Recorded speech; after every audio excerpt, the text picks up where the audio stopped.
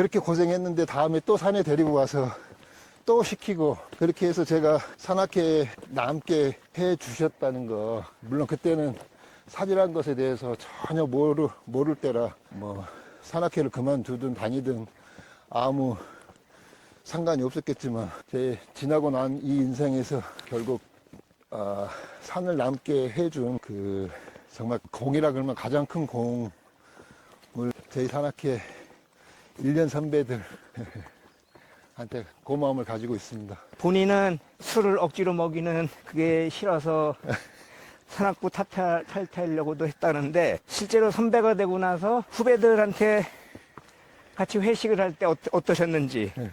당연히 제가 싫어하는 거 후배들한테 안 시켰죠.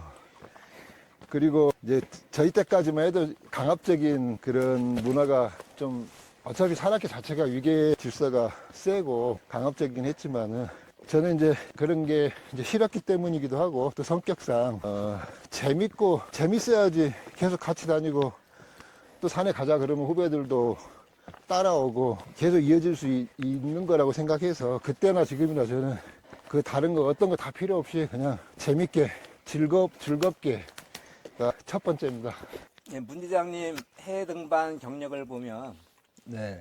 알래스카에서 남미 안데스, 파타고니아, 요세미티, 알프스 3대 북벽, K2, 난가 파르바트, 그야말로 전천후 멀티 클라이머인데요. 그 1학년 신입부원 들어왔을 때 과연 본인이 지금 이러한 그 멀티 클라이머로 될 거라고 생각을 했었나요? 상상도 못했죠. 저 군대 가기 전까지는 고문관이었다 했지 않습니까? 산악회에서. 저랑 같이 가면은 이제 저희 동기들이 좀 많이 편했습니다. 제가 욕을 다 얻어먹고 제일 못하고 했기 때문에요. 군대 다녀와서부터 관심 가지고 해서 재미를 느끼기 시작하니까 산에 대해서 조금씩 이제 알게 됐고요. 대학을 이제 졸업하면서 저희 집안이 그렇게 형편이 넉넉지 이제 못했는데, 그래서 바로 어떻게 보면 이제 직업 전선에 뛰어들어서 일을 해야 되는 상황이었거든요. 근데 그런 걸 생각하고 이제 어떻게 보면 졸업하기 전 마지막 산행한다 생각하고 백두대간을 저 겨울에, 그때 한창 백두대간 종주가 유행이었습니다. 백두대간을 70일 정도 잡고 중간 지원을 2번 받는 걸로 해서 계획을 세워서 저희 동기 이현이라고 둘이 이제 같이 출발을 했습니다. 근데 한 절반 정도, 30일 넘어서 40일 정도 사이에 연두 때처럼 아침에 일어나서 텐트 걷고 배낭 쌓은다 배낭을 메고 갈 길을 딱 일어서서 갈 능선을 쭉 보는데, 이 종주라는 건 수평의 어떤 길을 가는 것인데, 그 수평의 산이 수직으로 이렇게 일어서는 느낌을 받았습니다. 왜 그런지 모르지만은 그때 뭔가 뭐 깨달음처럼 어떤 산에 대한 느낌이 와서, 그 이후로는 어떤 다른 것 뭐 이것저것 뭐 집안 사정 어떤 이런 거 재지 않고 그냥 오로지 산만 생각하고 갔던 것 같습니다. 그래서 그 이후로 가고 싶은 산, 이제 그때는 저희들이 인터넷이 없으니까 그냥 뭐 잡지라든가 이런 사진 딱 보고 그 산이 멋있다 그러면 그냥 가고 싶어서 이제 갔었거든요. 세계에는 멋있는 산들이 많고, 산이 딱 보면은 여기는 올라가고 싶다 하면은 이제 조사를 해서 거기를 가고, 뭐 이것저것 그냥 편식 없이 막 다녔던 것 같습니다. 전체적인 이 풍토가 저를 산에 가게 만들었던 것 같습니다. 그동안 선배님들이 만들어 놓으셨던 그런 분위기가 산에 가면은 정말 예뻐해주고, 산에 가는 후배가 최고다 뭐 이런 식의 어떤 그런 분위기들이. 그래서 저는 우리 광주 전남 지역의 모든 선배님들이 다 저한테 좋은 영향을 주셨다고 생각합니다. 그래서 저도 우리 선배님들을 위해서 뭔가 보답할 수 있는 게 없을까, 요즘에 그런 생각을 많이 하고 있습니다. 학교 다녔을 때 그 같이 부실에서 활동했던 선후배들은 지금도 만나나요? 제가 이번에 인도 히말라야 눈쿤 상군에 있는 D41 원정을 여름에 가거든요. 원정 비용을 십시일반 지금 저희 광주 전남 학생산악연맹에서 모금을 하고 있는데요. 그때 같이 활동했던 저희 형들, 선배들, 저희 동기들이, 또 저희 산악 후배들, 저희 산악회 선후배들이 가장 큰 힘이 돼주고 있습니다. 그래서 뭐 지금 뭐 친형제보다 더 반갑게 모임도 하고 산행도 하고 만나고 있습니다. 지금 재학생 부원은 몇 명이 활동하나요? 지금 재학생이 없습니다. 그래도 간간히 중간에 뭐 가뭄에 뭐 콩나듯이 하나씩 있긴 있는데 저희 때처럼 산악회 어떤 분위기를 알고 이렇게 정을 가지고 활동을 하지는 않는 것 같습니다. 그래서 재학생 YB는 현재는 없지만 이제 그 위에 가까운 뭐 5학년, 6학년 후배들은 한두 명씩은 정도는 있습니다. 그 후배들이 안 들어온 이유가 뭐라고 생각하세요? 아무래도 여러 가지 뭐 다들 말씀하시는 그런 이유들이 다 저도 똑같이 맞다고 생각하고 사회 분위기가 그런 거 아니겠습니까?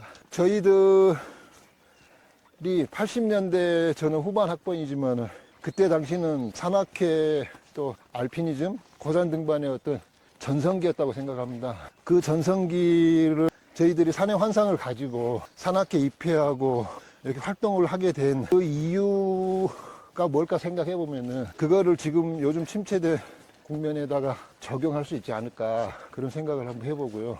저희 때는 77년도 고상도 선배님이 에베레스트 등정하면서 카퍼레이드 하고 히말라야 8,000m 다녀오면은 국가적인 영웅 취급을 대접을 해주고 그런 것들을 보면서 저는 산에 대한 어떤 우호적인 환상들이 우리 머릿속에 나도 모르게 무의식소에 들어있고 그것들이 우리나라 고산 등반의 어떤 황금기를 이렇게 이끄는 데 작용하지 않았나 생각합니다. 지금은 그런 안전을 너무 강조하기 때문에 이 고산 등반, 히말라야 등반, 위험한 등반 자체를 부정적으로 보는 시각들, 그것들도 가장 큰 원인 중에 하나가 아닌가 생각합니다.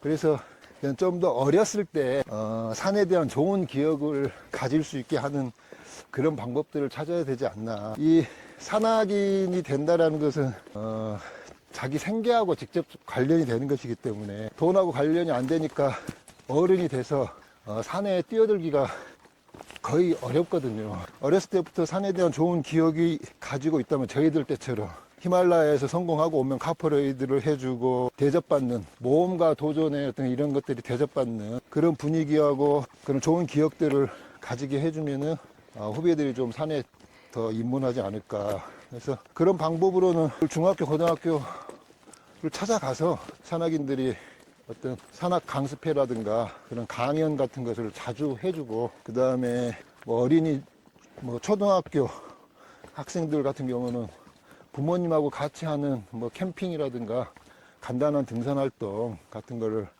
프로그램을 만들어서 해주면은 그 아이들이 커서 나중에 등산에 대한 힘들고 위험하고 이런 인식보다는 좋은 기억 때문에 산으로 더 오지 않을까 그런 생각을 했습니다. 현재 조선이공대에 재학 중인 후배들이나 고등학교에 재학 중인 많은 후배들에게 그 산악부 입회를 권유를 한번 해보세요. 우리가 활동하는 산악회는 전문 등반을 하는 것이기 때문에 안전하고 편하고 그러지 않습니다. 위험하고 엄청 힘듭니다. 그런데 우리 사람이 태어나서 사는 최고의 목표는 행복입니다. 행복을 생각한다면 산악회는 후회 없는 선택이 될 것입니다. 산악회에서 가입해서 산에 가서 보는 그 경치들은 우리가 컴퓨터 바탕화면에서밖에 볼 수 없거든요. 산을 가지 않으면. 그거를 직접 실물로 내 눈으로 보고 그 장엄함에서 가슴 울렁거리는 어떤 그런 느낌도 가지면서 그리고 산에 다니면 또 운동이 되니까 몸도 건강해지고 자기 인생을 행복한 인생으로 만드는 데서는 등산만큼 좋은 곳이 없고 그 등산을 체계적으로 처음 입문을 시킬 수 있는 곳이 산악회고요. 그래서 산악회 가입은 그 사람의 행운이라고 저는 얘기하고 싶습니다.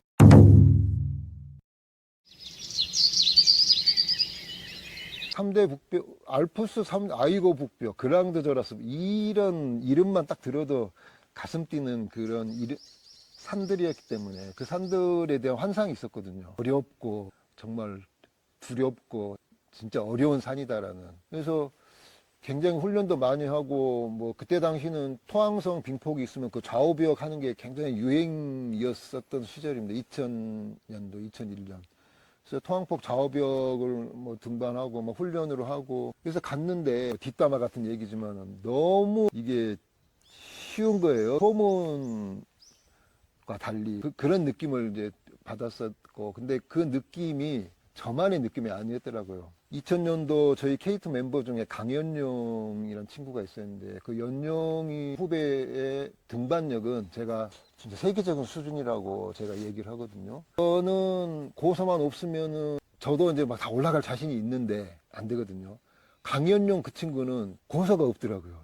등반력 있으면 그 등반력을 그대로 발휘할 수 있는 저는 강연용 같은 친구를 그때 2000년도에 보면서 아 너무나 대단한 친구였는데 그 친구가 베이스 캠프에서 저랑 똑같은 얘기를 했습니다. 아 내가 예전에 6대 북벽을 갔는데 정말 훈련을 뒤지게 했는데 이거 하려고 이렇게 훈련했는가 싶더라는 뭐 그런 얘기를 듣고 아주 이제 지금 공감했던 그래서 유럽 알프스 3대 북벽 하면 이제 그런 기억이 생각나고요. 우리 강현용 친구가 그 친구가 사고로 또 갔을 때게 정말 제가 진심으로 우리나라에 정말 큰 별이 떨어졌구나. 너무나 안타까웠었습니다. 알프스 2001년도 또 다녀오고 그리고 나서 또 요세미테도 또 한 번 더 저희 써네문 등산학교 이제 졸업생들하고 또 다녀오고 근데 제가 써네문 등산학교를 교육활동을 안 하는 이유 중에 하나도 실은 어떤 등반 기술을 나눠서 같이 산에를 가려고 했던 거였는데 이제 제가 등반 활동을 오랫동안 안 하니까 어떤 그 팁들이 없는 거예요. 등반 팁들이. 자잘한 그런 등반 팁들을 책에 없는 뭐 배울 수 없는 것을 강사가 경험자가 알려줘서 그걸 같이 가져야 되는데 그런 것들을 못 하게 되니까 그런 부분들 오히려 유튜브에서 더 배울 수 있고 그렇더라고요. 그래서 제가 하는 등산학교의 어떤 필요성이 없어졌구나. 그런 부분도 제가 이제 교육 활동에서 연구 활동으로 이렇게 전환한 계기 중에 하나입니다. 그렇게 원정 등반 활동을 계속 조금씩 해 가다가 직장 생활에서 이제 겨울, 여름 이제 통으로 제가 거의 한 20일 정도의 휴가를 쓸 수가 있거든요. 30일 가까이. 그래서 그 한도 내에서 할 수 있는 등반 활동을 2011년도까지 했던 것 같아요. 요르단의 와디럼 등반까지. 그리고 그 이후로는 큰 난이도 있는 등반을 하지 않고 쉬었다라기보다는 그냥 좀 참여하고 트레키, 갑사, 카프카스에 있는 카즈베기 뭐 이런 쉬운 산들을 좀 쭉 다녔던 것 같고요. 그 문 대장님에게 1년간의 시간과 예산이 된다면 가고 싶은 대상지는 어디며 왜 그런 건가? 저는 중국 쪽 천산산맥을 이게 키르기스탄을 벗어난 중국 쪽 천산산맥을 한번 전체 답사를 해보고 싶습니다. 답사를 하면서 지도에다가 구체적으로 봉우리라든가 그런 지명들 그리고 우리가 히말라야를 기존에 뭐 아쌈, 네팔 히말라야, 인도 히말라야 이렇게 나누듯이 정확한 그 구분 경계선을 좀 지어서 사람들이 찾아가기 쉽고 이해하기 쉽도록 천산산맥을 좀 정리를 한다고 정리는 좀 보다는 연구해서 어떤 정리를 좀 하고 싶다 좀 그런 생각을 가지고 있습니다. 이제 그 이유는 저희들이 히말라야 등산의 역사에서 등반이 시작되기 이전에 탐험의 역사가 있었고 그 탐험의 역사를 바탕으로 거기에서 나온 축적된 정보들을 가지고 저희들이 등반을 할 수 있었기 때문에 우리는 그 탐험의 역사에서 이제 기여한 바가 없거든요. 그래서 우리가 히말라야라고 지금 하는 부분들은 이제 뭐 광역 히말라야, 뭐 협의의 히말라야라고 하는데, 카라코람, 그 다음에 파키스탄, 인도, 네팔, 시킴, 아쌈, 이제 여기가까지가 좁은 히말라야라고 한다면은, 더 큰 히말라야, 그 옆에 파미르, 천산, 그 다음에 이 히말라야의 오른쪽 편으로는, 횡단산맥, 이제 여기까지가 전부가 다 광역 히말라야라고 하는데요. 광역 히말라야에서 이 횡단 산맥에 대한 연구로 지도는 이미 다 제작이 돼 있지 않습니까? 인공위성으로 등고선이 나오는 지도는 다 제작을 할 수 있지만은 사람이 가보지도 않고 그런 지역들이 지도가 있다 그래서 다 아는 게 아니거든요. 그래서 인간이 가보지 않고 등고선만 있다 그래서 저는 이제 그걸 지도의 공백부라고 우리가 흔히들 얘기하는데 지도의 공백부는 아직도 사람이 가보지 않고 등고선만 존재하는 지역은 지도의 공백부라고 저는 생각을 합니다. 그래서 그 지도의 공백부였던 횡단 산맥의 어떤 부분들을 일본의 타모츠 나카무라 씨가 답사하고 정리해서 그 공로를 인정받아서 또 세계 산악인들이 그분이 정리해 놓은 자료를 바탕으로 그쪽 산을 등반을 하고 있거든요. 저는 그래서 지도의 공백부가 아직도 많이 있는데 중국의 신장 지역 뭐 이런 정치적인 문제로 들어갈 수 없는 부분들은 또 공백부거든요. 근데 그 외에 공백부라고 생각되는 부분이 천산산맥이라고 생각을 합니다. 키르기스탄의 천산산맥에도 아직도 많이 있지만은 키르기스탄은 누구든지 할 수 있을 정도로 자유롭게 또 큰 제약이 없어서 좀 더 다른 사람들이 할 수 있는 영역으로 좀 남겨놓고 좀 더 어려운 부분이 이제 중국 쪽에 이어지는 그 천산산맥이 아닌가 싶습니다. 우리가 히말라야 산맥이 좁은 의미의 히말라야 이 좌우포 길이가 뭐 2,500km라고 하지만 그 이상도 더 큰 산이거든요.